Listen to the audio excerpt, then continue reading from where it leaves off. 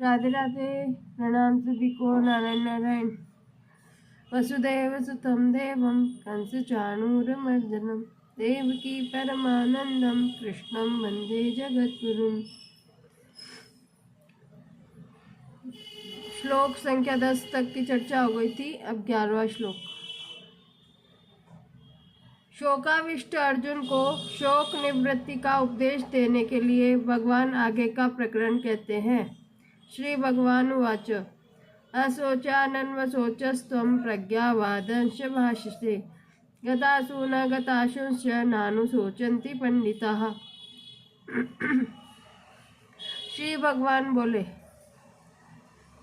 तुमने शोक न करने योग्य का शोक किया है और विद्वत्ता पंडिताई की बातें कह रहे हो, परंतु जिनके प्राण चले गए हैं उनके लिए और जिनके प्राण नहीं गए हैं उनके लिए पंडित लोग शोक नहीं करते।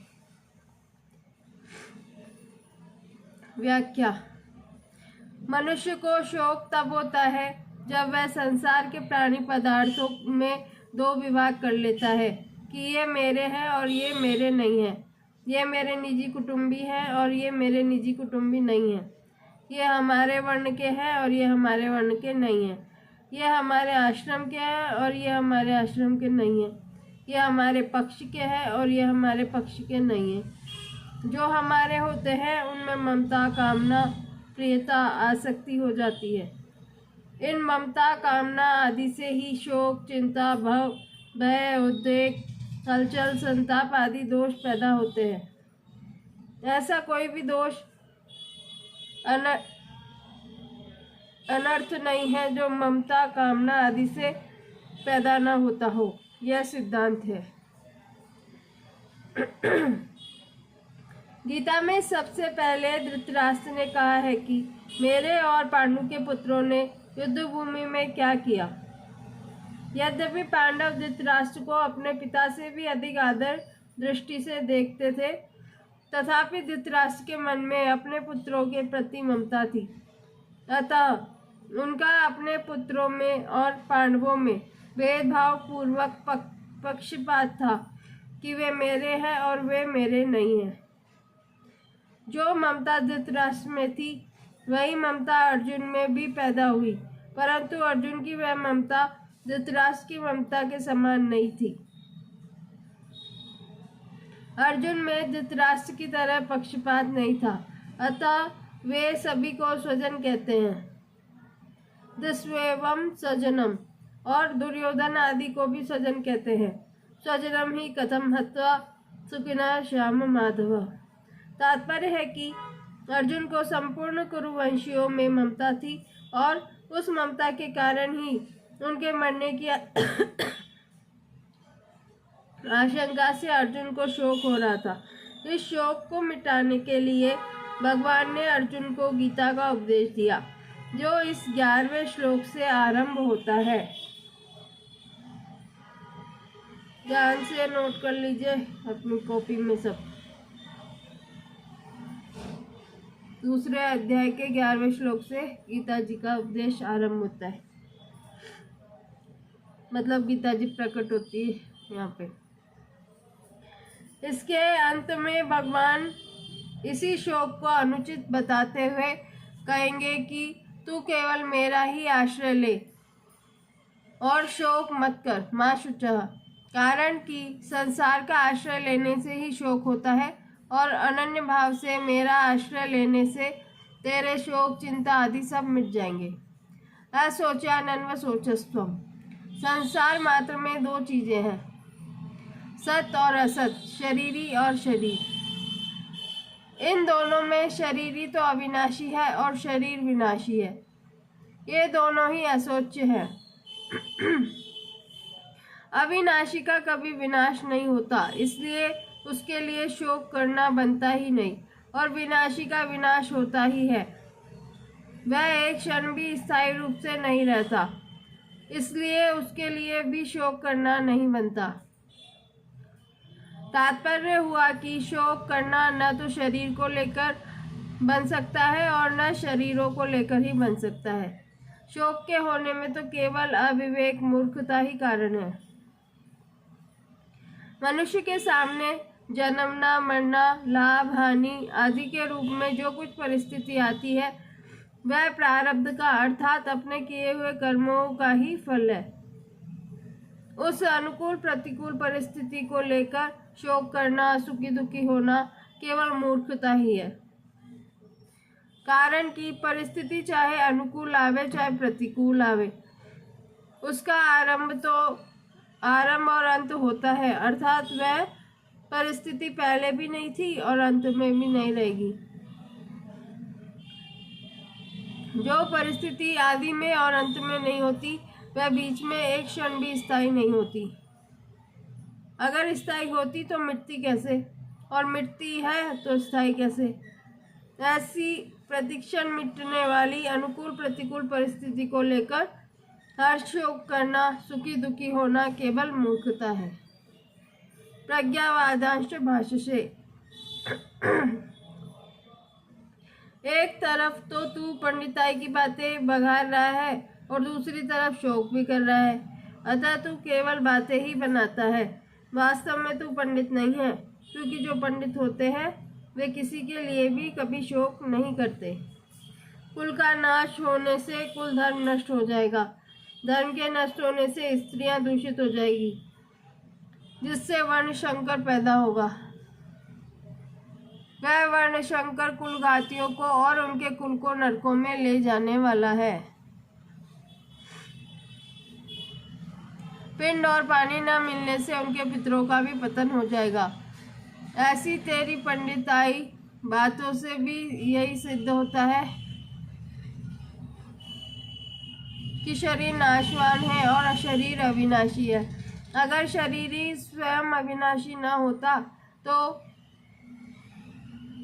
कुलघाती और कुल के नरकों में जाने का भय नहीं होता, पितरों का पतन होने की चिंता नहीं होती। अगर तुझे कुल की और पितरों की चिंता होती है, उनका पतन होने का भय होता है, तो इससे सिद्ध होता है कि शरीर नाशवान है और उसमें रहने वाला शरीर ही नित्य है। अतः शरीरों के नाश को लेकर तेरा शोक करना अनुचित है। गतासून गताशुंच, सबके पिंड प्राण का वियोग अवश्यंभावी है। उनमें से किसी के पिंड प्राण का वियोग हो गया है और किसी का होने वाला है, अतः उनके लिए शोक नहीं करना चाहिए। तुमने जो शोक किया है यह तुम्हारी गलती है। जो मर गए हैं उनके लिए शोक करना तो महान गलती है, कारण कि मरे हुए प्राणियों के लिए शोक करने से उन प्राणियों को दुख भोगना पड़ता है। जैसे मृतात्मा के लिए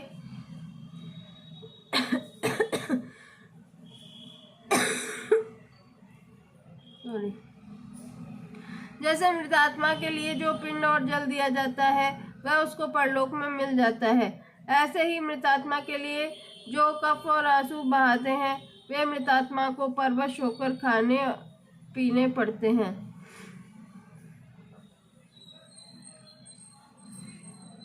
जो अभी जी रहे हैं उनके लिए भी शोक नहीं करना चाहिए, उनका तो पालन पोषण करना चाहिए, प्रबंध करना चाहिए। उनकी क्या दशा होगी, उनका भरण पोषण कैसे होगा, उनकी सहायता कौन करेगा आदि चिंता शोक कभी नहीं करने चाहिए, क्योंकि चिंता शोक करने से कोई लाभ नहीं है। मेरे शरीर के अंग शिथिल हो रहे हैं, मुख सूख रहा है आदि विकारों के पैदा होने में मूल कारण है शरीर के साथ एकता मानना। कारण कि शरीर के साथ एकता मानने से ही शरीर का पालन पोषण करने वालों के साथ अपनापन हो जाता है, और उस अपनेपन के कारण ही कुटुंबियों के मरने की आशंका से अर्जुन के मन में चिंता शोक हो रहे हैं तथा चिंता शोक से ही अर्जुन के शरीर में उपयुक्त विकार प्रकट हो रहे हैं। इसमें भगवान ने गतासून और अगतासून के शोक को ही हेतु बताया है। जिसके प्राण चले गए हैं वे गतासून हैं और जिनके प्राण नहीं गए हैं वे अगतासून हैं। पिंड और जल न मिलने से पितरों का पतन हो जाता है, यह अर्जुन की गतासून की चिंता है। और जिनके लिए हम राज्य भोग और सुख चाहते हैं वे ही प्राणों की और धन की आशा छोड़कर युद्ध में खड़े हैं, यह अर्जुन की अगतासून की चिंता है। ये दोनों चिंताएं शरीर को लेकर ही हो रही हैं, अतः ये दोनों चिंताएं धातु रूप से एक ही हैं। कारण कि गतासून और अगतासून दोनों ही नाशवान हैं। गतासून और अगतासून इन दोनों के लिए कर्तव्य कर्म करना चिंता की बात नहीं है। गतासून के लिए पिंड पानी देना, श्राद्ध तर्पण करना यह कर्तव्य है, और अगतासून के लिए व्यवस्था कर देना, निर्वाह का प्रबंध कर देना यह कर्तव्य है।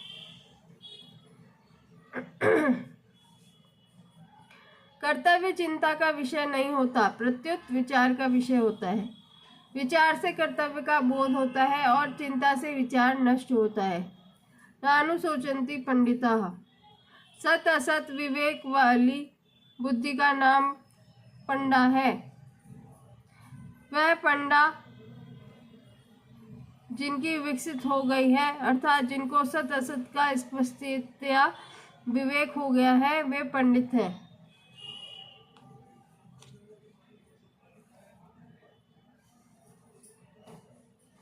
ऐसे पंडितों में सत असत को लेकर शोक नहीं होता, क्योंकि सत को सत मानने से भी शोक नहीं होता और असत को असत मानने से भी शोक नहीं होता। स्वयं सत स्वरूप है और बदलने वाला शरीर असत स्वरूप है।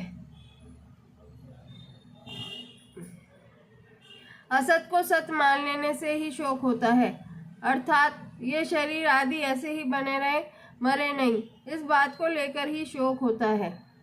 सत को लेकर कभी चिंता शोक होते ही नहीं। परिशिष्ट भाव। एक विभाग शरीर का है और एक विभाग शरीरी मतलब शरीर वाले का है। दोनों एक दूसरे से सर्वथा संबंध रहित है। दोनों का स्वभाव ही अलग अलग है। एक जड़ है और एक चेतन है। एक नाशवान है, एक अविनाशी है। एक विकारी है, एक निर्विकार है। एक में प्रतिक्षण परिवर्तन होता है और एक अनंत काल तक ज्यों का त्यों ही रहता है। भूतग्राम से एवायम सर्गेऽपि नोपजायन्ते प्रलयेन व्यथन्ति च। शरीर और शरीरी दोनों ही अशोच्य हैं। शरीर का निरंतर विनाश होता है, अतः उसके लिए शोक करना नहीं बनता, और शरीर का विनाश कभी नहीं होता ही नहीं, अतः उसके लिए भी शोक करना नहीं बनता। शोक केवल मूर्खता से होता है। शरीर की निरंतर सहज निवृत्ति है और शरीरी निरंतर सबको प्राप्त है। शरीर और शरीर के इस विभाग को जानने वाले विवेकी मनुष्य मृत अथवा जीवित किसी भी प्राणी के लिए शोक नहीं करते। उनकी दृष्टि में बदलने वाले शरीर का विभाग ही अलग है और न बदलने वाले शरीरी अर्थात स्वरूप की